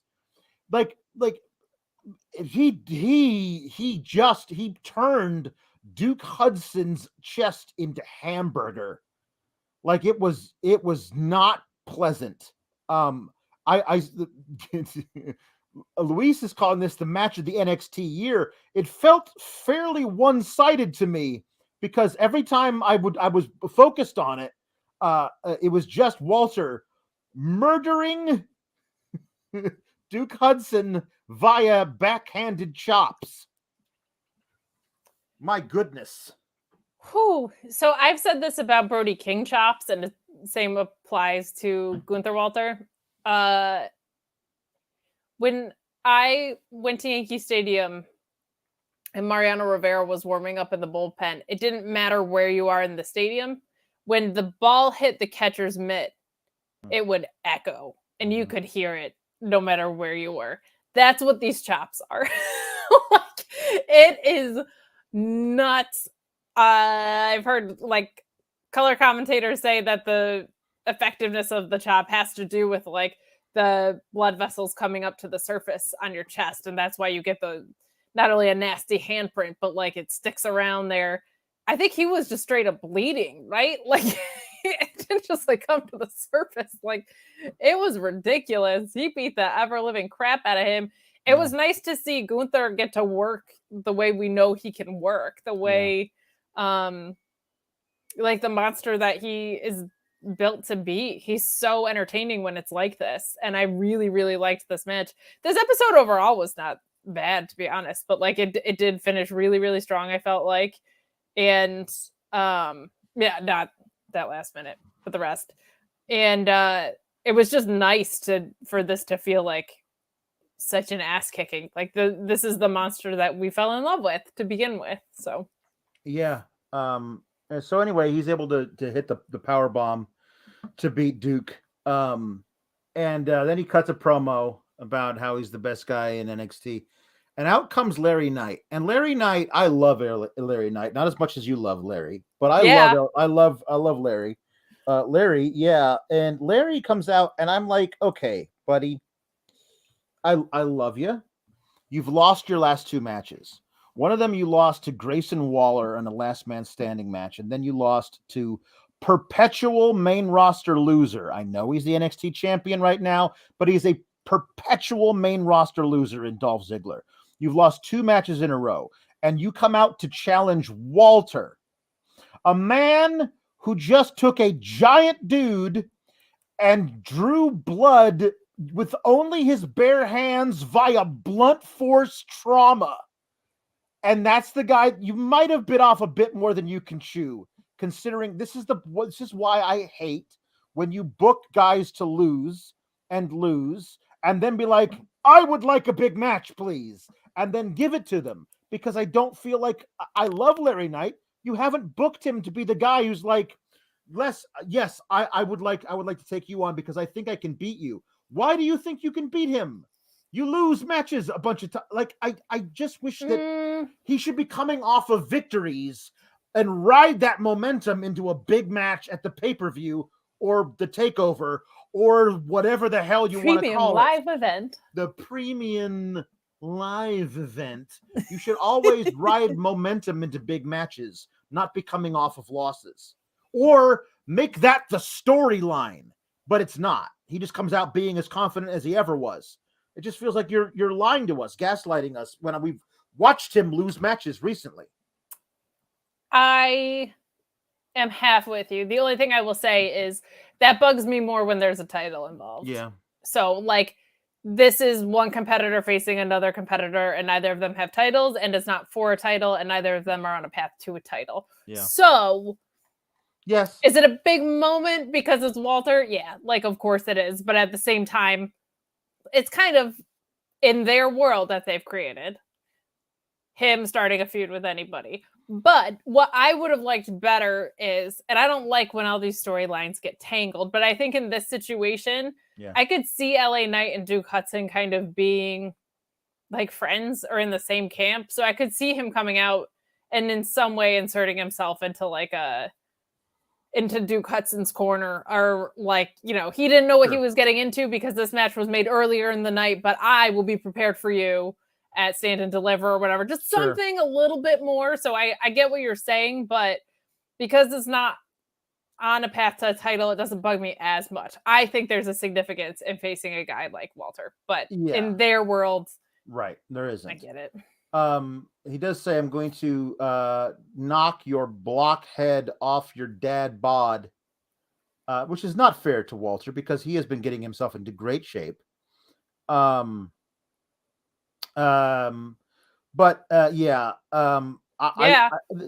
is one of those deals where I don't know, several takeovers ago, we got a Tommaso Ciampa versus Walter for the NXT UK title match.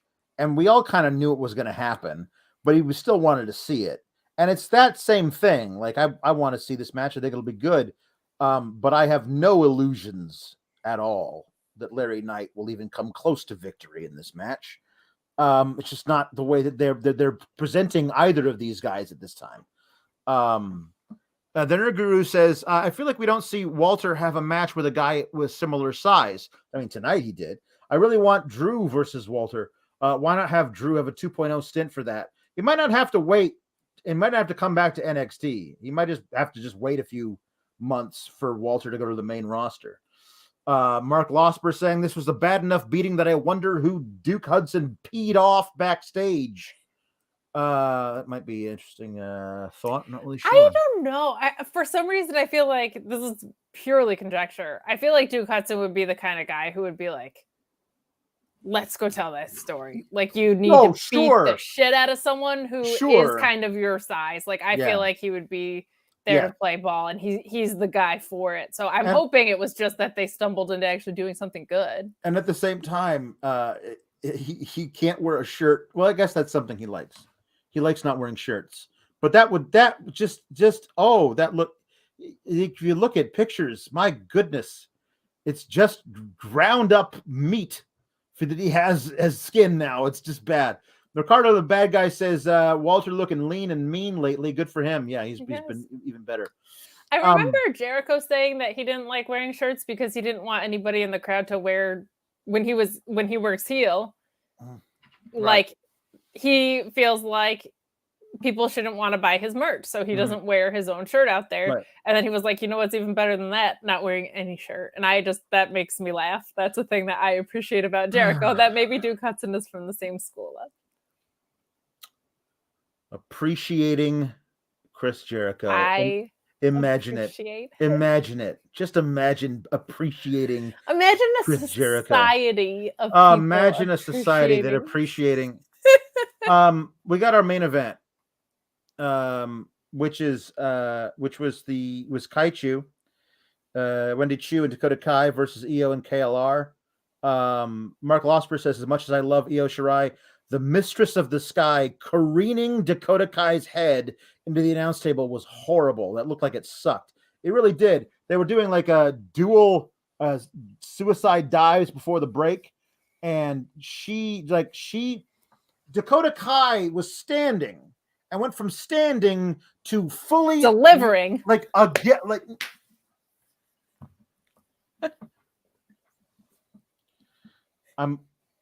not real, guys.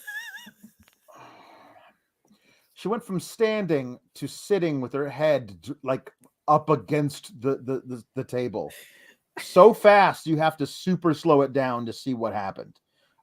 She got smashed into that table. That did not look good at all. I mean, it looked great, but it did not look good. Felt good. Yeah, it was a decent match. There was you guys can't just mute me in the chat, okay? That's an Alex discretion move. No, I'm not gonna. And he's a man, so he'll just deal with my puns. I'm not gonna be Sean. I refuse to be Sean. Thank you.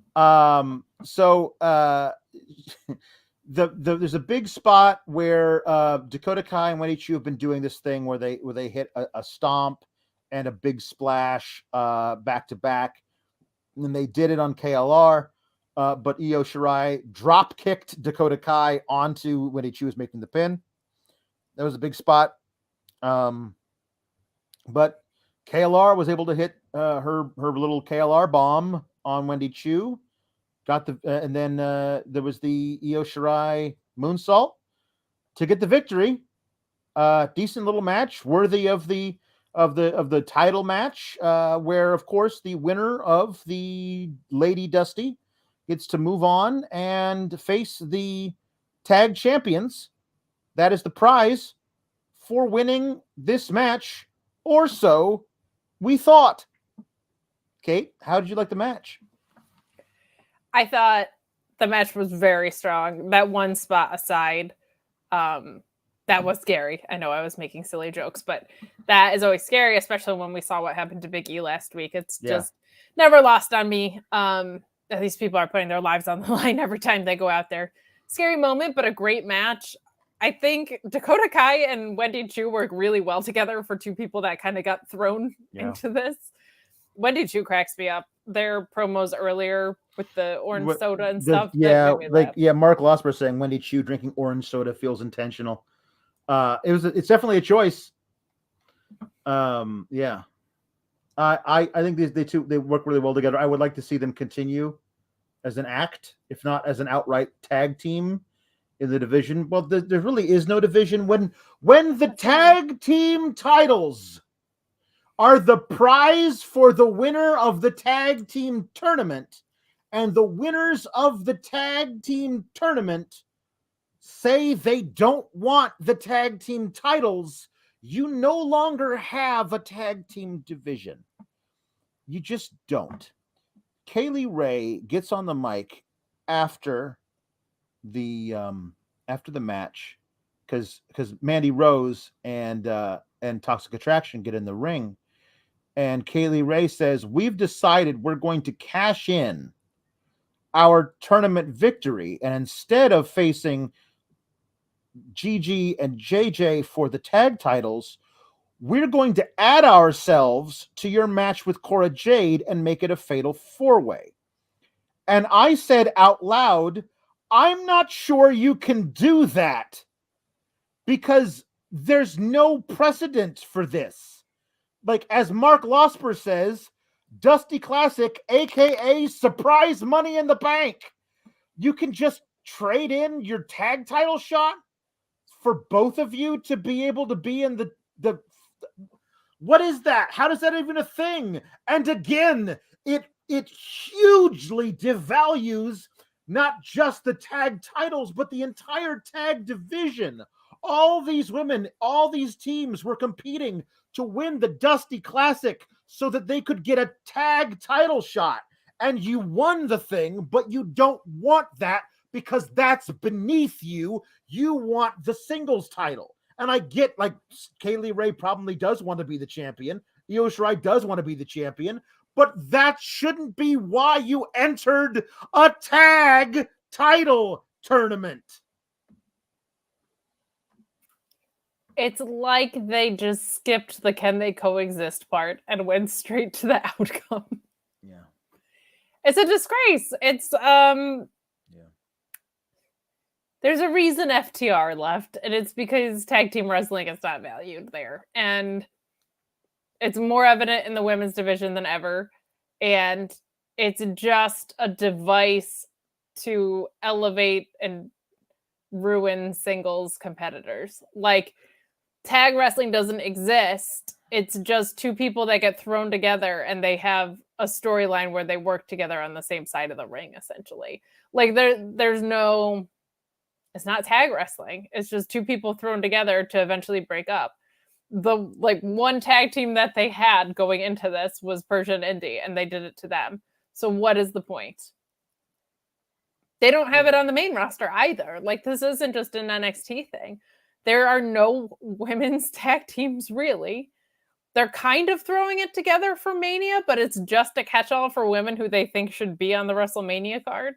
Like, I don't know why you would ever tag with Rhea Ripley at this point. Nobody wants to hang out with her. They haven't even reunited Nikki Ash and Alexa Bliss. I have no idea why they're not a part of this thing. Like, there's just no... The value of the tag titles is to make moves on the singles front. And that's really lame. That's really lame. Because tag wrestling should be an attraction. Tag wrestling is awesome. And to have a tag tournament... If I was like in March Madness and we won March Madness, I couldn't suddenly be like, I want to go play golf now or whatever. You know what I mean? Like, yeah. I just don't get it. Like, if that's the point you wanted to get to, why did you take this road to get there? Yeah. They could have just challenged as singles competitors and lost this. And you could have given it to Dakota and Wendy. Yeah. In fact, if you vacate a title shot, that's probably what should happen. Yeah. But Mark Losper saying, Cody Rhodes saying, well, they've been really good about keeping my dad's legacy intact. It's one of the reasons I'm re-signing. And Vince says, about that. Yeah. Interesting. Ricardo, the bad guy, says, imagine this booking on World Tag League. Shitty. Yeah, well, and Luis says it probably will happen if New Japan's booking the past 2 years is anything to go by. Yeah. So we're gonna get they've made it official, by the way. The Fatal 4-Way is happening. Apparently, yes, you can do this, but like it would be nice if that had been like a thing that they'd ever told anybody. That was weird. Remember how Mello like was able to cash in the contract he was carrying the around, at-a-glance title, the at-a-glance title, like that had never been the deal before. Like you said, I would like to face so-and-so champion, and then a match was made, and then you had the match. Not every, like, things are everything. Every time a title is a title shot is on the line in the tournament or a battle royal or anything, is it all just de facto money in the banks now? It's a ridiculous thing to do. I don't know. It feels really messed up to do that with a tag title tournament. Yeah. Like they broke both rules with both tournaments, right? You have the Creed brothers go over, and then the losers of that match. So you break tournament rules because now the losers of that match suddenly get the same thing as the winners. And then you break tag title or like tag wrestling rules by just having them decide to be singles. This is so good. Mark Losper says, Seth says, I can't get onto a Mania match. EO and KLR says, we're adding ourselves to a title match. Okay, thanks, bye. Like, wait, if they can do it, why can't Seth come out on Monday and say, I am adding myself to Roman and Brock, because apparently that's a thing you can do. Nerd Guru says, I wish Mandy wasn't in this fatal four-way. EO versus KLR versus Cora is fire emoji. I don't even know, man. It's just a weird thing to do to your tag division. What I mean, I don't even mean this like what tag division? What tag division? Yeah, I know. What tag teams are there? I know. It's Casey and Caden, but they lost in the first round. You know, or second round, I guess. I don't know. So your one tag team lost in the first round and is raving with two like country boys. I don't know. Now we're going to get in your super and humper chats down to the end here. Let's see if I can get it done in 18 and a half minutes. You guys have a lot of humper and super chats. Thank you for supporting us.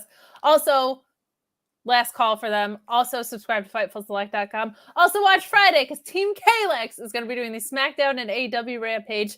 Alex, yes, take it away.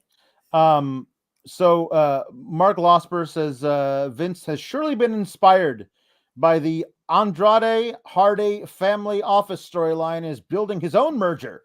Look out for the Diamond Stone brand mine soon. That would be funny. Talking also about this Cameron Grimes promo where he says, I got to do this for my dead father. I have to do this. Mark Losper says, unless you deliver on this, the promo is awful. Yeah, it doesn't feel nice, but I don't know. It's weird. It's a weird deal. All of it is weird. Mark Quill says, too long, didn't read. Batman good, NXT logic bad. Good night, pals. Thank you. I'm glad the Batman was good. So Mark Losper says, it has never been more clear that this garbage promotion for this garbage company needs a GM. Can someone tell these morons this isn't how title shots work? We do have to double down on that, by the way, that there's been no management making matches and suddenly just the management has confirmed matches all of the sudden. And you just get to say anything on TV and it just has to happen.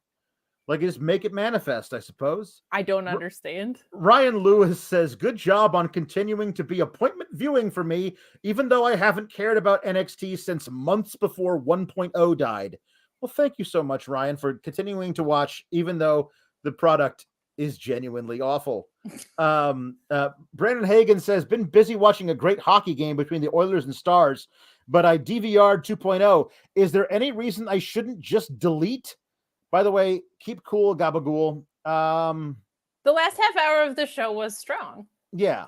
Yes, it was. And you really need to watch the ridiculousness of Kaylee Ray covered in confetti from winning a tag title shot in a tag tournament say, I don't give a damn about the title belts. I'm coming for a singles title. It's an amazing, absurd moment. Bill says Eddie Kingston breaking when Danhausen called him Edward during a recent vlog is gold. That's true. Mark Losper says it's official. WWE booking is based on The Secret. Just make manifest. Just believe you'll get what you want and you'll get it. Jake Salazar says that's why Corey and Carmella is on YouTube and not USA, because Temptation Island is just Corey and Carmella, but with like 12 other people included. No, because it's less mundane. They're at least somewhere pretty and go on fun dates. And they're trying to just like cling to this terrible relationship that they're in. I don't even, honestly, I didn't know which show you were describing when you just said that. Honestly.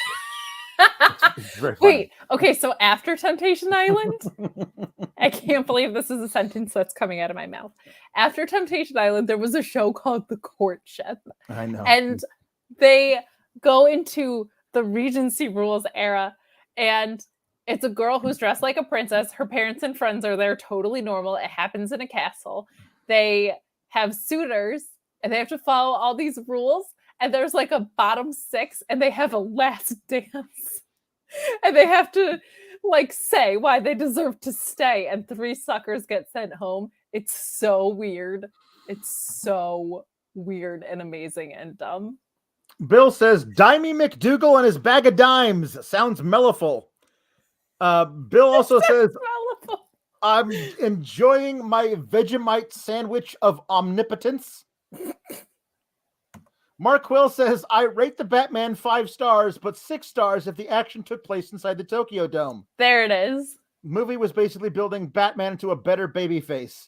Yeah, there's nothing it's like, I am vengeance. I'm gonna beat you to death. That's definitely Brock Lesnar's version of being a babyface. Come Gotham City. Yeah. Come Tuesday. Come Tuesday. Bill says JW Pringle is playing the role of Buddy Murphy. I do not know what that's in reference to, but anybody playing any role of Buddy Murphy would be good. Mark Losper saying NXT 2.0 Divas has broken Kate's taste barometer. No. Let me clarify. No. I know that it's terrible. I just still watched it. It's awful. Plus, Jeremy watches it, so now I have something to DM him about because I just haven't been harassing him enough. Yeah. Mark Losper says, I care more about the Stand and Deliver card than I do about the Mania card. They both suck, but at least Stand and Deliver has LA Knight. Mania might have Cody on it, but this useless company can't even tell me if he's going to be there. Yeah, that's true. Mark Quill says, in honor of WWE Smackadillias, have you heard about this thing that they're doing like I don't know, like a sorry, their own what Smackadillas or something. It's supposed to be like a I don't know, a food delivery service with like WWE that happens at Mania weekend where like you could, I don't know, it's a ridiculous thing, but Smackadillas is ridiculous when a Snackdown is right there. But Smackadillas, let's get those funny wrestler pun food names. Oh, wait, goodness. what is the service? I'm so confused. Honestly, I don't remember. It's days ago. Keep up with the discourse, Kate. I have no idea. It's a stupid thing done badly. It's a stupid idea from bad creative. Yes, it is. Yes. The Nerd Guru says, are either of you members of the DAS, which is the Denise Appreciation Society? Sure, why not? I appreciate Denise. Do I have to pay dues or anything? Yeah, that's my question. Mark Losper says, my tweets are positive when I'm not watching WWE. Kate's tweets are always positive. I wouldn't say always, but I try to be. So if I'm trying 100% of the time and I make it to like 62%, that's pretty good.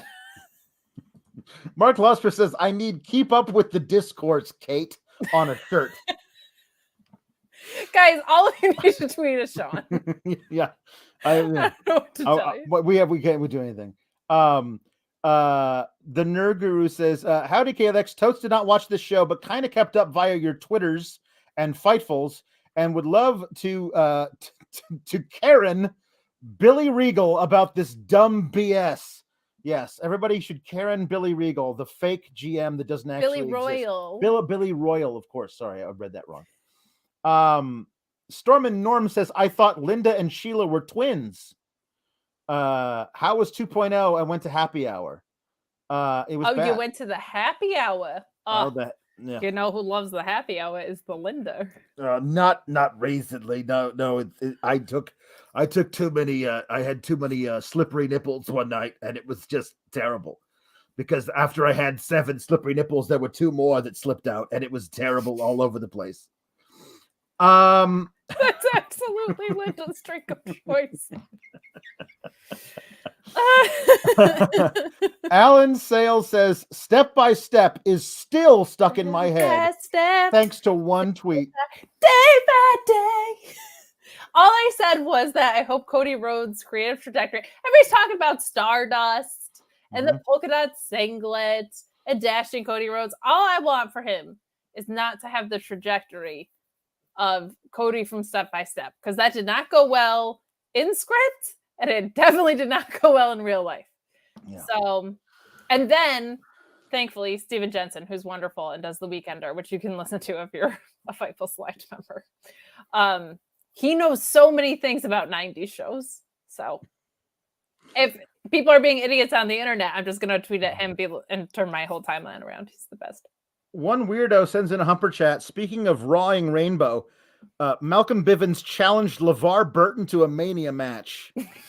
A gem of a diamond. So true. So true. He did. Check his. If you're not following him on Twitter, I don't know what to tell you at this point. Like, it's good content. Yeah. So, hold on. They're saying that Gigi Dolan is injured, I guess. But I haven't actually seen that confirmed, but maybe it is. Mark Losper saying if Gigi is injured and that's why they can't do the tag title match, then run an injury angle to take her off the show and explain it. Did she get thrown in a dumpster the other day? Like that was last week, but she hasn't wrestled in weeks and weeks and weeks and weeks and weeks. I'm just saying, like if you get thrown in a dumpster, it's bad. It's like okay, here we go. Pretty easy. C. Romero says, hey, yo, Team Kalex. Alex, can we get an impression of Vince McMahon putting over CM Punk's feud with MJF, then how he could have made it better or worse? Okay, well, here we go. This is all of my favorite things. CM Punk's this Maxwell Jacob Firestein. He's a real go-getter. He's real good. He's kind of short though. But I like the Punk. I got news for him. And Maxwell Jacob Firestein, we're gonna bring him in, and we're gonna do an angle where maybe I don't know, maybe the scarf that maybe he's always cold, so he's got to wear gloves and mittens and a big winter hat all the time because he likes the scarf. That's my idea. Let's go with that. That's the most brilliant thing I've ever heard, Mr. McMahon. Please put it on TV, please. Yeah. I think he would call him Maxwell Jacob Firestein. I think he would have absolutely no idea. He'd always forget his name. But he's too short. He's too short. That's the thing. He'll never actually, like, that's the whole thing. Is they could say they're going to sign him for something. They'll never actually use him. Not in the way that he deserves to be used, because he's just too short. And he's just too, like, edgy for, like, they're fighting over scooters and motorcycles. You know what I mean? Like, MJF's a little edgier than that. JW Pringle says tonight's Tony D's Country Corner is Check Yes or No by George Strait. Tony D reading the lyrics to Check Yes or No by George Strait. It started way back in 3rd grade. I used to sit behind Emmy Lou Hayes, a pink dress, a matching bow, and a ponytail. She kissed me on the school bus, but she told me not to tell. Next day, I chased her around the playground, across the monkey bars to the merry-go-round, and Emmy Lou got caught passing me a note. Before the teacher took it, I read what she wrote. Do you love me? Do you want to be my friend? And if you do, well, then don't be afraid to take me by the hand. If you want to, I think this is how love goes. Check yes or no. I checked yes. And I think you know what happened after that. So, Yeah, they made out in the ring or backstage. Why y'all so horny? Okay, the William Regal rap via Zach Barber is Men in Black by Will Smith. Okay. And he wants you to do the lady part, but I don't know. Men in Black. Oh God. Defenders. Here we go. All right. All right. The good guys dress in black. Remember that, just in case we ever face-to-face and make contact. The title held by me, MIB, means what you think you saw, you did not see. So don't blink. Be what was there is now gone. Black suit with the black Ray-Bans on. Walk in shadow, move in silence. Guard against the extraterrestrial violence. But yo, we ain't on no government list. We straight don't exist. No names and no fingerprints. Saw something strange. Watch your back, because you never quite know where the MIBs is at. And here come the Men in Black. Men in Black. They won't let you remember. That's not what's written in front of me. I'm like Ron Burgundy. I read what's on the prompter. I know, I'm sure you do. Galaxy Defenders. Mark Losper says, Regal got bars, Kate has pipes. Thank you. Something like that. Oh my goodness. Billy Royal. Billy Royal. Thanks everybody. We're actually going to make this thing out before two hours in one second. I feel like we let people down when that happens. No. It's like, listen, eventually there's going to be one of those things where it's going to be like 1:42 because nothing happened on the show. How dare you? It's going to happen. Say that. One of those times is going to happen. Don't you act like we are not going to just push on to the brink every week. Hey, Kate, tell them where they can find you. Oh, well, you can find me on Fridays doing the AEW Rampage SmackDown show, normally with Sean, but guess what? It's with Alex this week. So Team KLX in the house. You can catch me on Tuesday nights right here doing the NXT post show. You can catch me on Wednesday nights doing the Mark Order podcast at Mark Order Pod. We talk all things All Elite. And guess what else? You want more Team KLX? You're going to get more Team KLX because we're doing the Stand and Deliver post show. And we are doing nights 1 and 2 of WrestleMania behind the paywall. I'm going to be dressed like Wendy Chu because I'm going to be tired from my morning wrestling. We're going to make it. I don't know how. Alex might. I don't know. I don't know what's going to happen to Alex. I don't know. He might just pass out on it. I may just take a nap during the show. All right. You can follow me on the Twitter at Alex Graps, like she said, on Friday after Rampage. We'll be talking about SmackDown, which is terrible, and Rampage will probably be pretty good. And then on Mondays and on Fridays, normally I do the Sour Grap show reviewing SmackDown and Raw, where I don't like the shows and I tell you how much they suck, and crucially, also how they could be better. But yeah, also tomorrow night, well, I'll be here with Sean Ross Sapp talking about AEW Dynamite, which looks like it could be a fun show tomorrow. So, my goodness, we should figure out things to do on the show. We should do so much more poster board. We're gonna have to figure out something. Yes, we got to make it good. We got to make this. It's a WrestleMania. We got to moments. We got to have moments. It's got to be stupendous. It needs to be the most stupendous episode of KLX of all time. Yeah, that'll be fun. Maybe we should get Shamrock Shakes. I don't know if they'll still be selling them in a week, but if we can, I think we should, maybe we should find a way to make our own. I don't know. All right, everybody. I'm gonna find out. Booyaka, booyaka! Shamrock Shake! Keep cool, Gabagool.